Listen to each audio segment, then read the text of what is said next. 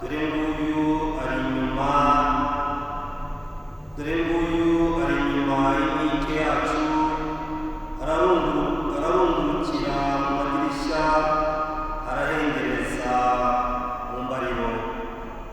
Uwo nkunda yateruye kuvuga, arambwira ati haguruka nshuti, iyizire mwiza wanjye, dore itumba rirashize, imvura irahise yaracitse, indabo zakwiriye igihugu, igihe cy'inkera cyageze, ijwi ry'inuma ryumvikanye mu gihugu, umutini waturitse imbuto zayo za mbere, n'imizabibu yarabije iratama impumuro zayo nziza.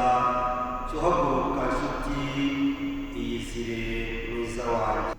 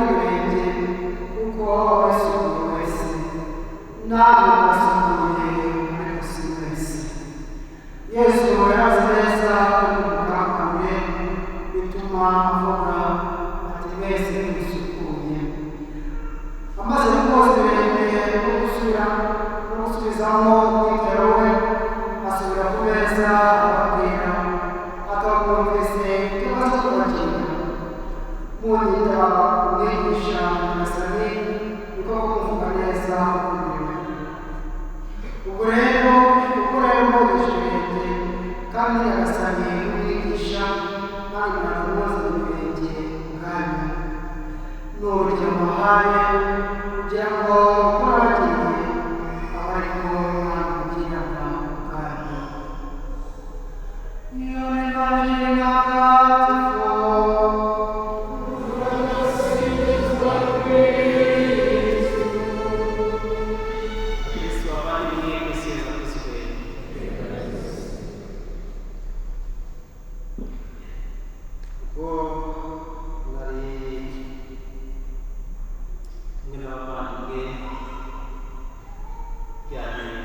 munsi uyu munsi nshatse ko tuzirikana ivanjiri, tuzirikana kwa karibu mutagatifu bana mwana ko ku munsi wa Sevalante ariko somera abantu yo barasigaye yote ntabwo bose bisobanutse ariko mu kibabwiye mbere yo kwera ibintu bivuga inkomere nyinshi zifite inkomere z'urukundo z'ubugambanyi. Abenshi baragenda baramugabanye, abenshi baranditse kubera inkomere z'ubugambanyi. Ubwo rero ntangira aho kugira ngo hataza kuvaho hagira abakomeza kuzirikana ngo kuki babisomeye yigeze kariyete mu rukundo rwacu, ahubwo no kugira ngo tuzirikane by'umwihariko urukundo Yesu yadukunze neza ngo atwitangira. Noneho tunirinde ubugambanyi, gukundana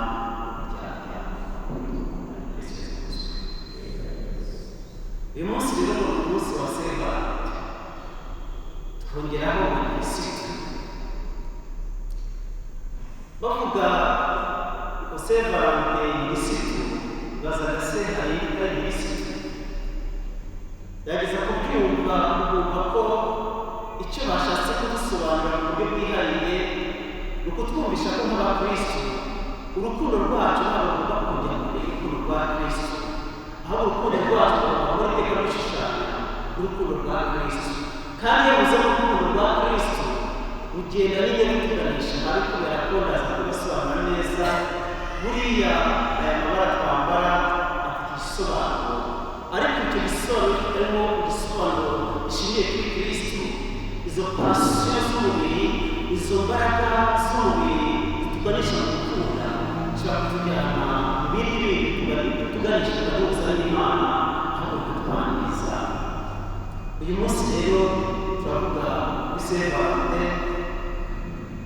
Ndagira ngo wenda ubwo wavuze kirisitu se nk'umwira gatoya ku mateka y'uyu munsi.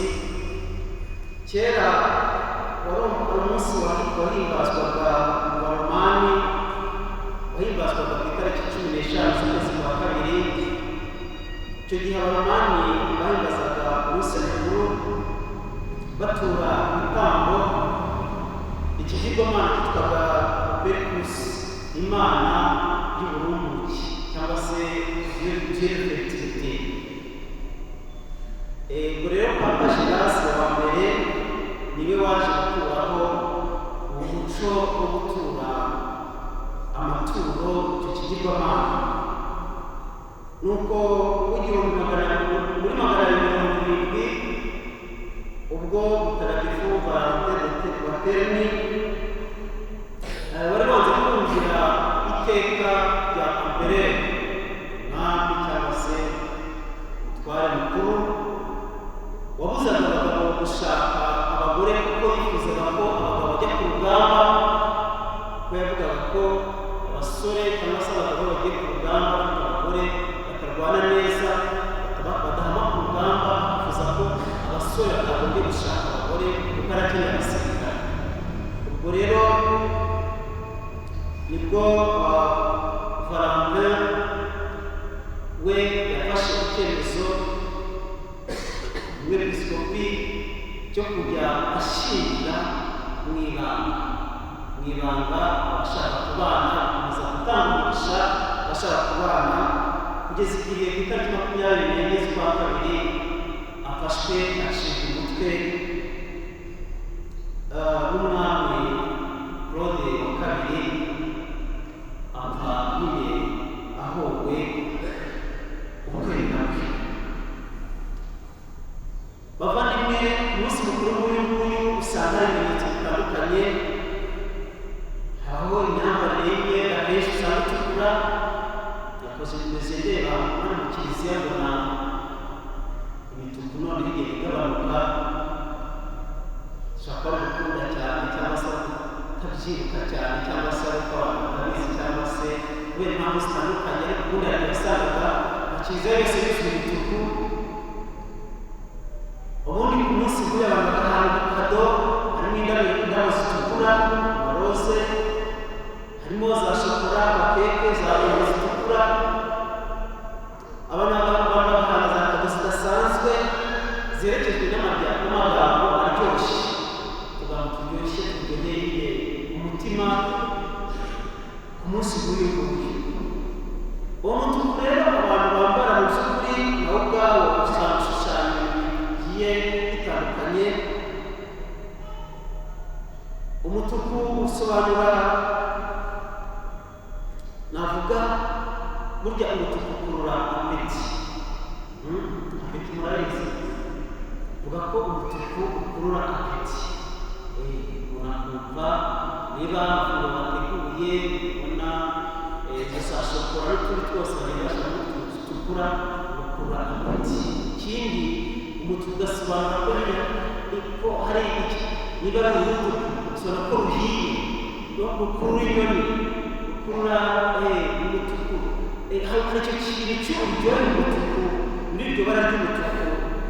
Ikindi kandi akavuga ko mu mateka buriya ari igihe abantu bakora ibintu bene hano bakabizi, mu mateka abagore bajyaga basiga imituku, ibara ry'umutuku ku minwa yabo, babwira abagabo ko bageze mu gihe cy'uburumbuke.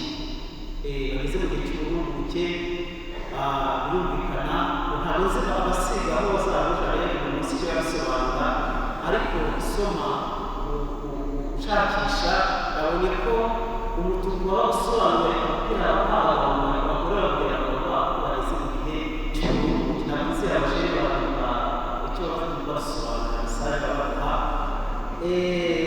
Hanyuma umutuku kandi ukaba ikimenyetso nyine cy'urukundo ruhamye, cy'urukundo cyane cyane ugasobanura nyine urukundo rugenda rukagera ku mati, urukundo rwitanga. Umutuku wa mutuku ukaba ari cyo gisobanuro. Noneho ururabo rero icyo gihe batangaga n'indabo, umunsi umwe bagatanga ururabo rusobanura ubwiza bw'umwimerere. Iyo batanze ari rumwe barasobanura ubwiza bw'umwimerere. Ururabo nta kindi ntabwo usaba gutaha, ntabwo mugire gute, bafite ubwiza bw'umwimerere. Iyo uruhaye rero umukunda umubwira ngo shiri wanjye, mukunzi wanjye, ndagukunda kandi ngukunda uko uri, ufite ubwiza bw'umwimerere. Ubwiza bw'umwimerere udasaba gusigwa amatafari, udasaba gusigwa za zindi bijya mu byose twisiga, gusobanura ubwiza bw'umwimerere rwa rurabo yaroze atukura dutanga. Hanyuma kandi bakavuga ko mu bahanga bakoraga amabara mu myenda, umutuku utajyaga gupfa gusibama, bisobanura ngo wa mutuku rya roze ry'umutuku bisobanura ngo ni ubwiza bw'umwimerere ariko buramba, urukundo ruramba, ntabwo ari urukundo rusazana n'igihe ngo rugende rurangire. Iryaba ry'umutuku ni bwa bwiza bw'umwimerere ariko burambye, ni rwa rukundo ariko burambye, icyo rwa rurabo ruhereje umuvandimwe inshuti yawe bisobanura. Ariko bakavuga ko ubundi nanone ya roza itukura, ururabo rwose rutukura, iyo zabaga ari cumi n'ebyiri akazihereza inshuti umugabo, akazihereza cyangwa se umusore akazihereza umukobwa, yabaga amubwira ngo none uyu munsi mwiyemeje ko niho gutera ivi ryanyu by'iki gihe byateye ngo bitararamba rimwe na rimwe, ariko ni ukumubwira ngo none angajemo amariage twiyemeje kuzaba. Bakavuga ko ubundi burya abasore yatangaga umusore byabo bya gisore bisanzwe by'ukundana bisanzwe, yabaga ari iroza ariko isa n'iroza nini idatukura. Ubwo rero hari byinshi tugenda dufata yenda tugatangamo amakado, ariko ibisobanuye bikaba bishobora gutandukana bitewe n'imico. Ntabwo nzi imico yacu iki gihe igisobanuro kindi twabona, ariko muri rusange ni uko ibyo byose umutuku harimo urukundo, kandi urukundo ruhamye, kandi urukundo rurambye. Muri urwo rukundo ariko hakaba harimo no kubabara, kubera ko urukundo rwitanga rukagera muri rwa bwati twavuze. Bavandimwe, ntabwo dushobora kuvuga ku by'urukundo tutavuze kwa Kristo, urukundo Kristo yadukunze. Nibyo Papa Yohani Pawulo wa kabiri avuga ku by'urukundo, we arugabanyamo ibice bitatu. Navuga mu ndimi z'amahanga n'igifaransa avuga ngo ari amour de concupiscence, hakabaho amour de bienveillance, hakaba na amour don de soi. Kuvuga ngo amour de concupiscence ni urukundo umuntu akunda, abantu bakundana, ariko muri rwa rukundo ugasanga mu by'ukuri ugukunda niwe ugamije kwikunda, afite n'inyungu muri rwa rukundo. Ashobora kuguha kado nyinshi zirenze, ariko izo kado icyo zigamije ni ukugira ngo agere ku cyo yifuza kuri wowe.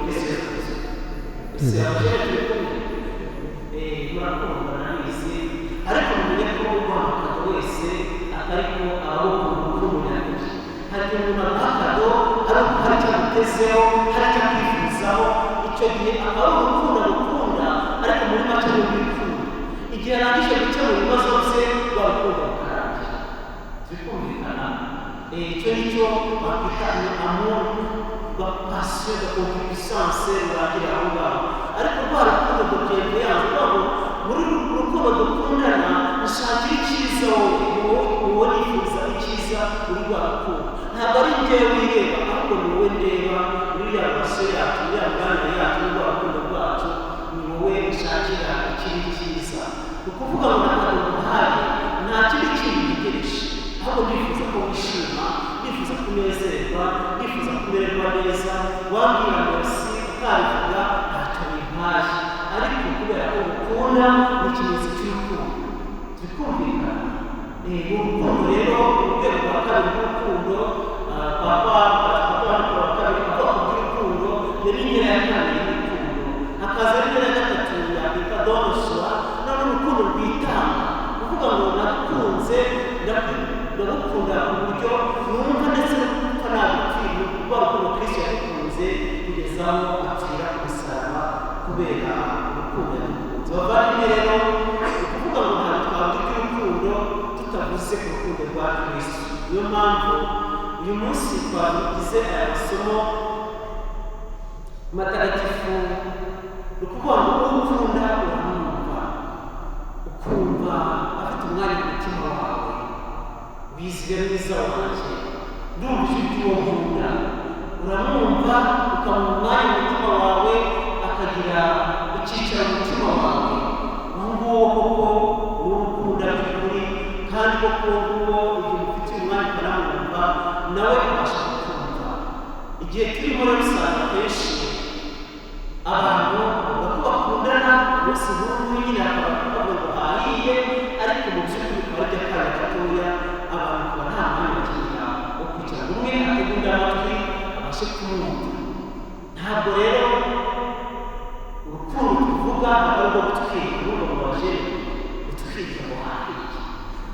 Mu by'ukuri mu mutuku harimo umuriro, harimo ibyo byose, ariko ntabwo ari ugutwika. Urukundo ntabwo ari urwo gutwika, kuko akenshi iyo dutwitse natwe duhiramo. Sibyo? Hamanuka baratwika bakimanukira, ariko bimanukira bamanuka bajya hasi mazi. Ntabwo nzi iyo bagiye, ahubwo mujye muzamuka, kuko Kristo yarazutse, ntabwo yagiye ikuzimu ngo ahereyo, iyo mumanutse sinzi iyo wamugiye. Ikindi ni ukuvuga ngo abantu bagiye gutwika, ubundi muzi ko gutwikira ku misozi byabujijwe. Umunsi muzamutwika imyotsi ikagaragara, bazamukubaha. Kuvuga ngo mujye gutwika ntabwo bityo, mugihe ubundi urukundo ntabwo rutwika, kuko iyo utwitse nawe ugeramo, ntabwo urukundo ruregerezwa, urukundo rurakongezwa. Tukumvikana? Ntabwo rutwika, urukundo ruregerezwa, kuko ibihiye birashira, ariko ibikongejwe bigahemberwa, bikemerezwa, bikomeza kwanga. Urukundo rero tuvuga uyu munsi wa none, urukundo ruregerezwa, urukundo ruhemberwa, ndetse kabona n'igihe tubona ko rumeze nk'aho rwazimye, urukundo nyarukundo barakomeza rukaga, rukomeza rugahemberwa, kubera ko abakundana ari cyo ngicyo aribo bashinzwe kurinda urwo rukundo rwo kugira ngo babashe gukura, cyane cyane ko bakiri kuri Kristo, kubera ko urukundo rwa Kristo rutigira gupfa.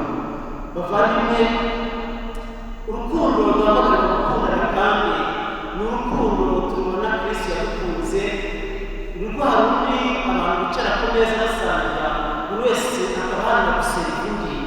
Turasangira, twicaye ku meza, ntabwo uvuga ngo reka wicare userive, hanyuma unyiteho nyigisho umuvandimwe yaduhaye yagarutse ku bintu by'amakado, by'impano, by'ibintu, kuvuga ngo abantu bakajya gushaka kubaka ingo kugira ngo barafite imitungo, barafite ibintu. Oya, kuvuga ngo urukundo nyarukundo rwayo rumucara ku meza, uvuga ngo nicaye ku meza kugira ngo usebe inshuti yawe. Ntabwo ngo nicaye ku meza kugira ngo ushake iPad, umpe telefone kitagezweho, umpe umpe sinzi ibindi. Ibyo ntabwo ari urukundo tuvuga. Sevarante n'ibisiti ntabwo ari ibyo.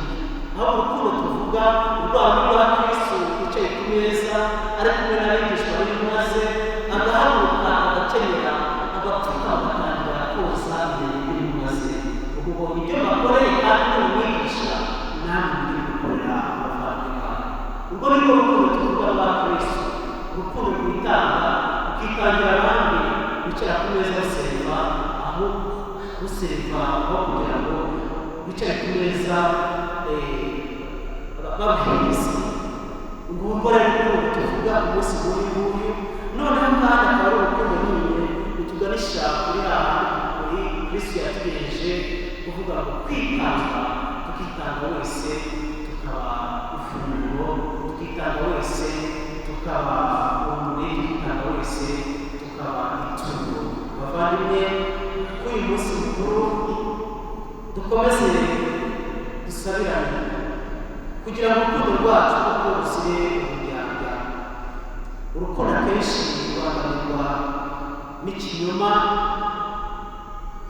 rusenywa n'uburyarya, rusenywa no kwikunda. Dukomeze turukongeze, dusigasire kandi tururinde.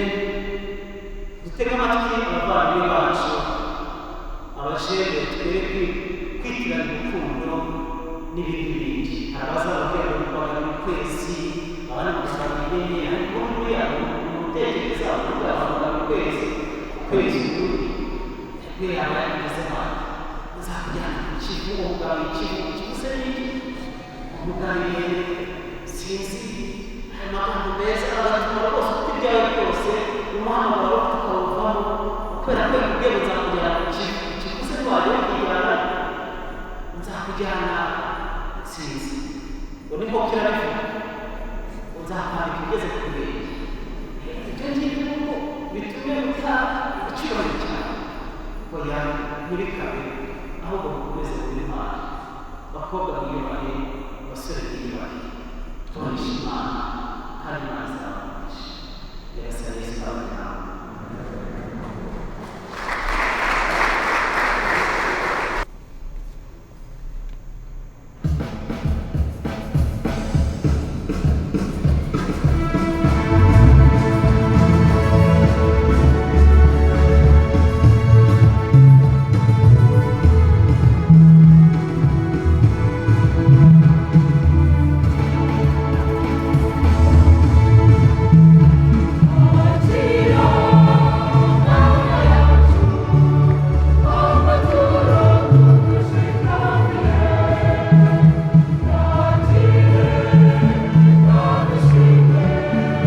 Gracias.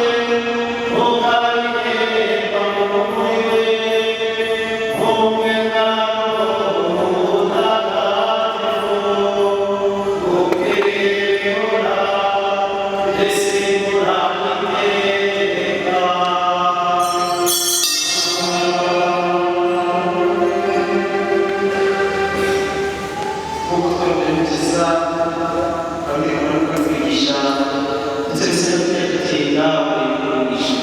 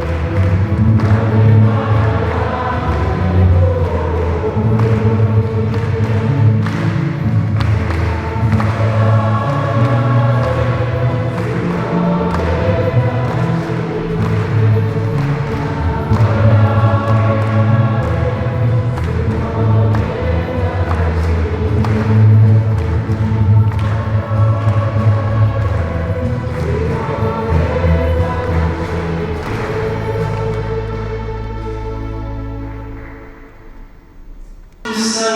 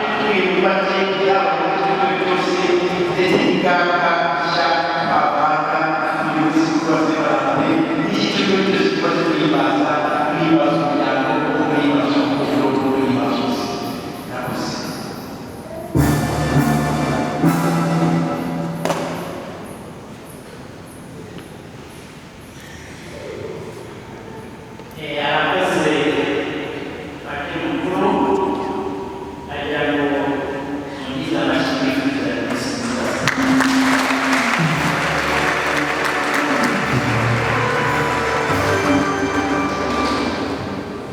Maya mama asesetse ihari cyumwe bakristo bandimwe bino mwanya mwiza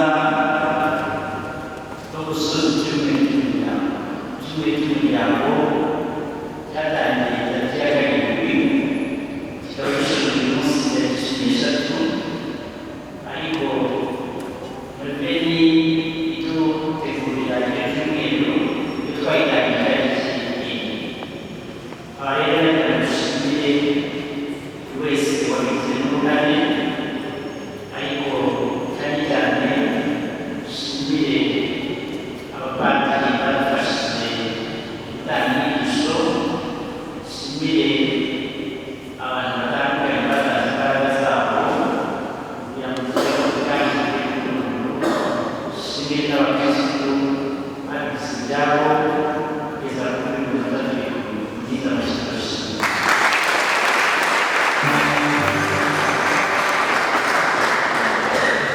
icyumweru cy'umuryango cyari gifite insanganyamatsiko igira iti urugo rube urugo igicumbi cy'abahamya b'abizera yari insanganyamatsiko yongera gushyira imbaraga aho urugo muri iki gihe rubangamiwe aho umuryango ufite ibyo byinshi nabivuga mu magambo gusa hari imigozi y'isi iri hafi mu cyongereza hari n'inkoni yazanye mu isi y'isoko abashinzwe bahita bavuga isi iri hafi yari irimo ibintu bikurura amafaranga kwiga iterambere ubutunzi ibyo bintu bikomeye gukuraho abana bibiza kure y'Imana aho bamwe batangiye kwihakana ugasanga bamwe baragisha ikimuga injangwe cyangwa se umugaragira umugore mugenzi w'umugabo nuko umugabo akabona umugabo w'umugabo byose bihaye byose rero bifite imbaraga zikura zasinze hakaba n'abandi bari mu isi y'isoko hari mwebwe mwicaye hano mu masaha niyo mpamvu muri bake ijambo ry'Imana riravuga ngo kunyura muri iyo nzira biragoye kuko irafungana ariko ni ubuzima buke urugo rero mu rwego rw'igicumbi cy'abahamya b'abizera abigishwa b'ukuri bashaka kugira ngo tubakire inyuma bacyakiranye cyane bashaka umuryango urimo icyaha bashaka umuryango buri wese urimo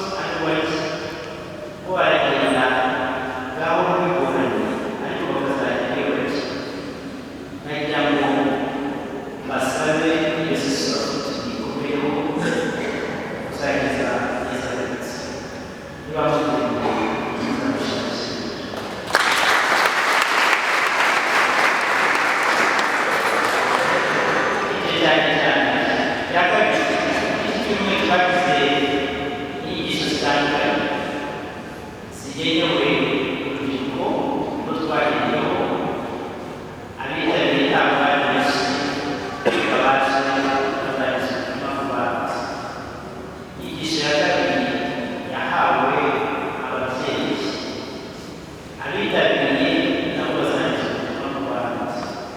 Inyigisho ya gatatu yahawe abasore n'abakobwa babyaye bafite abana, nabo ntabwo bitabiriye benshi, ariko aho Yesu yagezeho uriya ni wo munsi w'ibiki n'ubundi yahamagara benshi agasubiza bake.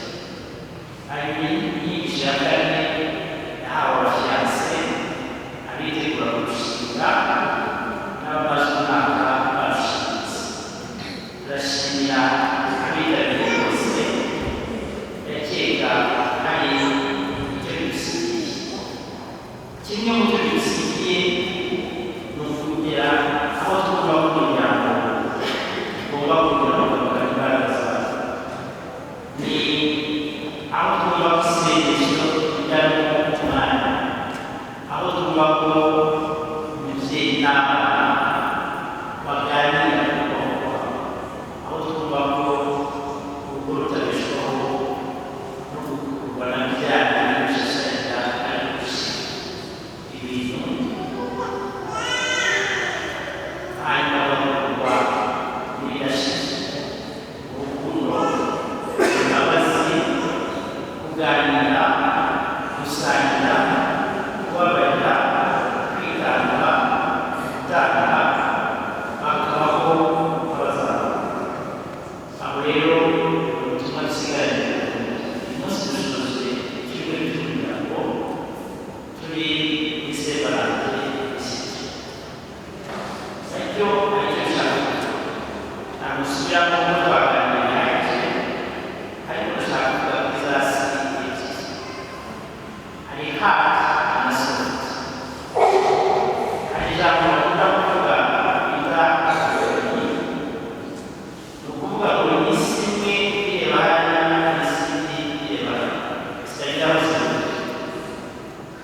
Ukuntu asohotse muri ino misa ntabwo ari ku buryo bwa Saint-Valentin, kuko atari bubabone ntakorera ntazi, ariko yari ufite Saint-Valentin kuko atari bubabone ufite itatu, ariko yari ku buryo ufite Saint-Valentin kuko atababona ntahantu gusa. Ariko muze kumubwira ngo turi muri Saint-Valentin y'isi iri mu isi, aho mwaganiriye, aho mugira umutima wuzuye kandi byakonje emotionnel bizana. Mwapakiyeho ijambo ry'Imana, mwapakiyeho izindi mitwarire, mwapakiyeho kumenya ikizaza.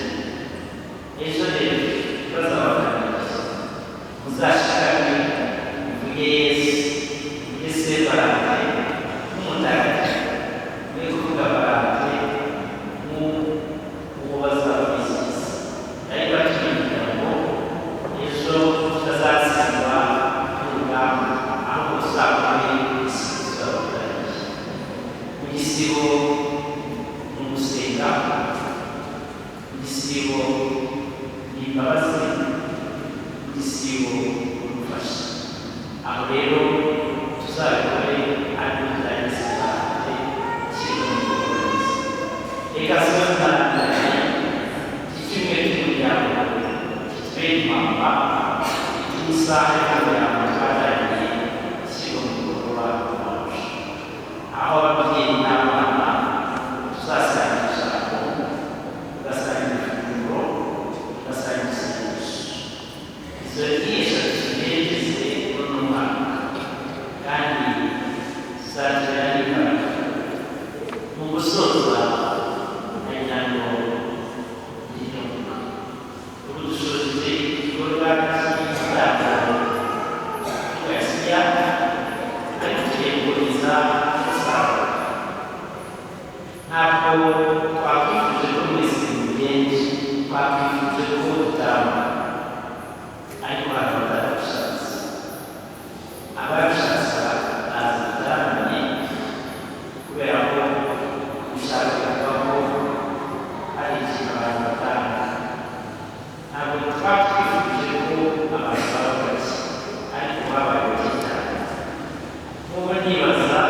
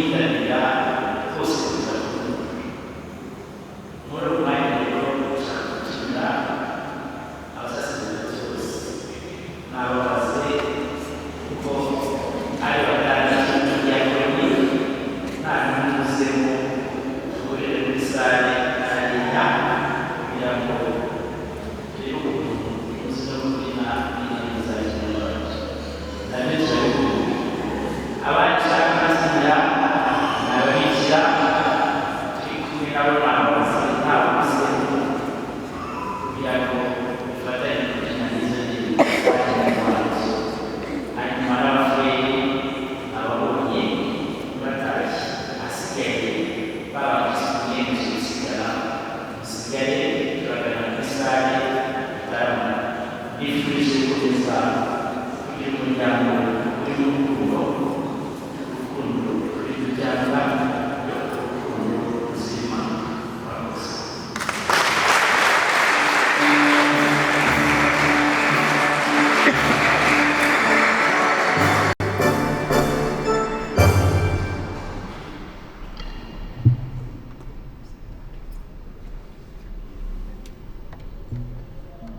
aharambanye mu rukundo dukomeze kwifuriza gukomeraho, kuko ubuki bukuze burya ubwo butanga umuti. Abajene namwe tubifurije gukomera mu rukundo ariko rwiyubaha kandi muzisuzuguze. Nyagasani nabane namwe.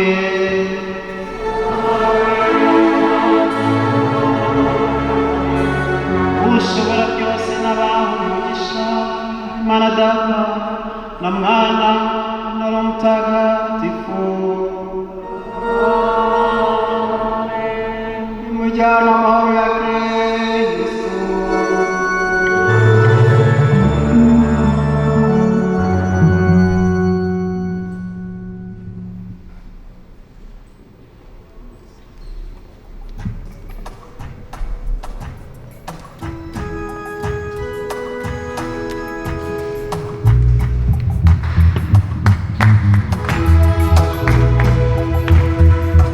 Ndabashuhuje mbashimira. Aha hantu niho natangiriye gukurikira Imana by'umwihariko muri uyu muryango w'iyamamazabutumwa gatolika. Niho natangiriye novisiya muri 78 hakiri urutoki ibihuru, none habaye umujyi. Benshi nkunze kujya mbabona ari abazi Kibeho, ubu niho nsigaye mba, cyangwa se iyo nabaga naje ahangaha hari benshi duhura bakiriho, bityo bakanyibutsa n'ubuto bwanjye. Ndabashimiye kandi. Yego, tukwakiriye kuri umunsi wa Saint Valentin nyirisitu. Hari kenshi abafite ibibazo byinshi mu ngo bakumva ko Saint Valentin ari ubuzima bwo kwigunga kandi ari umunsi w'abakundanye. Abo ngabo twababwira iki? Ibibazo erega n'ubundi na Saint Valentin nyirisitu niyo gusa. Saint Valentin ni nyirisitu byanze bikunze, kuko iyo habaye umunsi w'ababana cyangwa se wenda barebana neza ariko badakundana, badashaka ubutagatifu, nta kuvuga ngo ni Saint Valentin no gushyoma. Ubundi Saint Valentin no gukurikira uwo mutagatifu. Twese nicyo twahamagariwe no kuba abatagatifu, maze tukigana ingendo ye. Icyo abatagatifu banabereyeho no kudutinyura ko bishoboka, birashoboka, kandi bakaduha n'urugero inzira baciye, natwe tugashakisha izitubereye, ariko tufite aho duhurira ni Yezu Kristo, tugomba kwishushanya nawe. Icyo dushaka ni uko urugo rwacu ruhinduka kuko kiliziya ntoya Imana ifite mu mwanya wa mbere, nk'uko nabyumvise no mu nyigisho batanze, bityo urugo rukagira igihe cyo guhura, rukagira igihe cyo gusangira ibishyitse, harimo ijambo ry'Imana ndetse n'ifunguro ryafasha umubiri. Ibyo byose bituma abantu bicarana barebana, maze bakarushaho kumenyana no kwihanganira. Urukundo burya rugira urutirigongo rw'urukundo rero no kwihangana. Mu minsi ishize igihugu cyacu cyagize amahirwe yo kwakira perezida wa Polonye, yakiriwe ku butaka butagatifu. Mwari muri kumwe, badusangiza kuri ibyo bineza neza byageze Kibeho ndetse byageze no mu Rwanda iwacu. Ni babayobozi rwose badatinya kugaragaza icyo bemera. Twamwakiriye, ariko twari twaramenye yuko n'ubundi ari umukirisitu we yihitiyemo kunyura Kibeho. Yego, Kibeho ku butaka butagatifu, ku ngoro ya Bikira Mariya, aho yabonekeye abana batatu yadutumagaho kugira ngo adushishikarize kwihana no kugarukira Imana no gutota inzira y'ubutagatifu. Nawe yamenye yuko atagenda atahageze, nuko asaba umwanya wihariye rero nako si ukusaba twese turawufite ni uwacu arawutumenyesha nuko turamwakira tumwereka Kibeho n'ubwa mbere yari ahageze tumubwira n'ubutumwa bwa Kibeho mu magambo make kuko yari afite igihe gitoya aho yaraje aje kureba ni ikigo cy'ishuri ririmo abana batabona gifashwa n'ababikira benshi baturutse mu gihugu cya Pologne kandi icyo gihugu n'ubundi nicyo cyafashije iriya shuri nguko rero uko yaciye Kibeho maze arasenga afata umwanya muri chapelle y'amabonekerwa aranapfukama rwose tagombera gusaba umusego nuko tumucisha no muri kiliziya petite chapelle Bikira Mariya yasabye naho ahavugira isengesho turarisangira we n'umugore we bari bari kumwe n'abari bamuherekeje nuko musaba rero kudusinyira mu gitabo cy'abashyitsi no president wa mbere waruciye hariya adusinyira mu gitabo cy'abashyitsi nuko cardinal wari uhari na Musenyeri Celestine Hakizimana babaha umugisha tubasezeraho barataha basize ibyishimo byinshi hariya n'ubuhamya bwo kwemera kwabo. Dusoza iki kiganiro gito tugiranye hari mabonekerwa matagatifu umubyeyi Bikira Mariya asura u Rwanda iwacu Kibeho hari ibyifuzo yagize ibyo byifuzo turaza kuza kubisanisha gute n'iyi minsi urubyiruko rubayeho bana ko ruri mu koranabuhanga cyane rurahuze nikunda gushaka kuza gusenga turabihuza gute? Igihe cyose haba hari ibyo bigerageza se n'urubyiruko rwonyine buri muntu wese turahuze muri ibi bihe bya generation digitale ntabwo ari abana gusa n'abakuru natwe byatugezeho kumenya rero kwigomwa ukigomerwa ibikorwa byiza by'urukundo bibyawe n'ukwemera bishyigikiwe n'ukwemera ibyo ni urugendo umuntu agomba gukora ntabwo ari urugendo rw'abana gusa n'urugendo rw'abantu bakuru tukikubita agashyi tukisubiraho kwigomwa rero mu gihe cy'igisibo ni inzira nziza yo kurushaho kugwiza imbaraga z'umubiri n'iz'umutima ariko cyane cyane iz'umutima kugira ngo dushobore guhangana n'ibigeragezo bitajya bibura mu buzima bwose buri ku isi. Aha rero urubyiruko bagize bakuru babo baba hafi bakabafasha ikibazo nuko ubu ngubu buri wese arirwariza undi akirwariza ikibazo cya individualism uko abantu tugenda dutera imbere niko buri wese agenda yizizira undi yizizira noneho tukajya duhuzwa wiri utesheri waramutse utesheri kandi wenda arimo nakubeshya abantu barebanye mu maso bakakubwira ati aha ngaha ndabona udakeya aha ndabona udatunganye abantu bakaganira bahuje imitima biriya ni ibyushyu ariko bifite uko bidufasha birumvikana byoroshya imirimo byoroshya byinshi gusa rero byo kudutwara umutima ngo telefone isimbura umugore cyangwa isimbura umugabo computer isimbura isimbure ababyeyi oya Padiri turagushimiye umwanya mudahaye murakoze cyane nanjye ndabashimiye ndabifuriza igisibo cyiza n'abadukurikiye bose iki gisibo kizaberere imbuto z'ubutagatifu. Imana ishobora byose iri umugisha abateganye hano bose umugisha igitaramo cyacu cy'uyu munsi cy'umugoroba umugisha amagambo tuza kuvuga n'amafunguro tuza gusangira ku izina ry'Imana Data na Mwana na Roho Mutagatifu.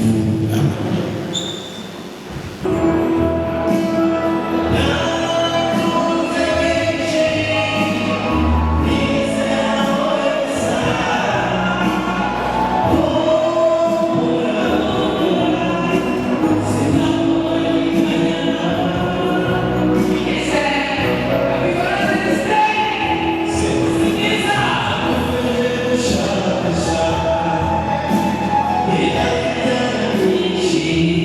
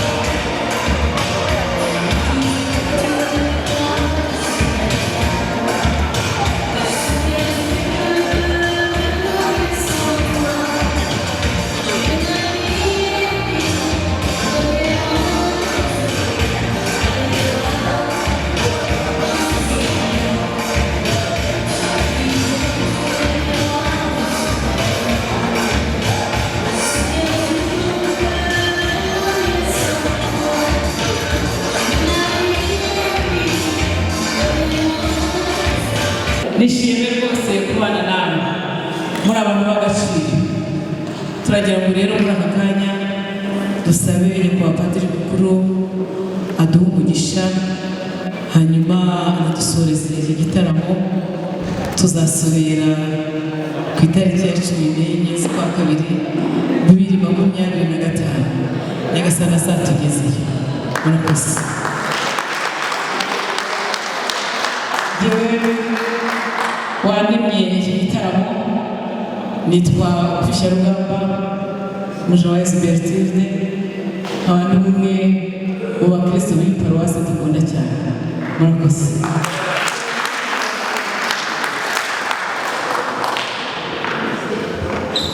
Arakoze bigatujya tugiye kubisigisha n'inama tugiye gusoza babura bishyiraho turi mu mateka gatatu ntabwo tubanze tubifatanyije imico myiza, ariko tutabujije ushaka kugenda yaba yitegeye abagenda gakeya, ariko abasigaye tumare agacupa kacu twitonze, hanyuma tuze no gusoza neza kandi kari keza. Wahagurukiye gatoya ndashima Imana gukira muri nyakubwe bahagaze mu Rwanda bashobora kubaje mu rugero bagatakana bajya gusabira ibyo tubakwizera ndabona baganira bakareka umunyabyaha umubyeyi w'umukiza ugaragaza ibyo kubwira by'ibitero icyaha biteze mu cyaha, umwamikazi wa Kiriho, umwamikazi utabara Kristo, umwamikazi w'inama nziza Yosefu mutagatifu, Valentine mutagatifu, Pasika wacu mutagatifu, mutagatifu na gatatu nasionali. Nyagasani Yesu n'abana namwe, Imana ishobora byose umugisha iteka tubagire Imana Data na Mwana na Mutagatifu. Nanjye mvuga ngo